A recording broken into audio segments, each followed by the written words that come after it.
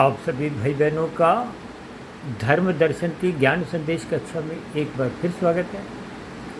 आज की चर्चा हम देखिए संस्कारों की एक जागृत अवस्था, एक सुप्त अवस्था के ऊपर करने जा रहे हैं। देखिए कभी कभी आपके हमारे कुछ बुरे संस्कार सुप्त अवस्था में रहते हैं जिनका आपको में बोध नहीं होता। इसलिए शास्त्र कहते हैं बुरे संस्कारों को दग्ध बीज करो। अब उदाहरण के लिए कोई इंसान सोया हुआ है, अब वो उग्रवादी है, आतंकवादी है, हत्यारा है, इसका आपको में बोध नहीं होता क्योंकि सोया हुआ है। जब वो एक जागेगा, हरकत करेगा, उसकी हरकतों से ही आप उसके रूप को पहचान सकते हो। यानी कि आपके हमारे सोए हुए संस्कार जब हरकत में आते हैं, क्रियाशील होते हैं।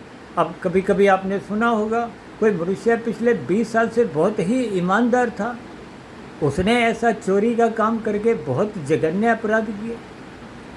वो 20 साल पहले उसका कोई बुरा संस्कार सोया हुआ था। अब वर्तमान में कुछ ऐसी परिस्थितियां उसको मिली और उस समय विशेष में सत्संग के अभाव के कारण वो सोया हुआ संस्कार क्रियाशील होकर वो चोरी करवा गया। यही स्थितियाँ आपके हमारे जीवन में कभी कभार कब बन जाती हैं। इसलिए शास्त्र बार बार कहते हैं सत्संग करो, ब्रह्म मुहूर्त में उठो, ताकि दिन में रायसी स्थितियाँ जब हरकत में आती हैं, आपसे हमसे कोई कानून का उल्लंघन ना हो, शास्त्र विरुद्ध पाप कर्म ना हो।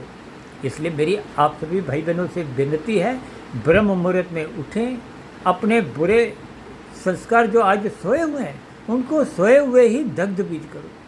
चर्चा विषय को आप यहीं विराम देते हैं, फिर मिलते हैं किसी नए विषय को लेकर।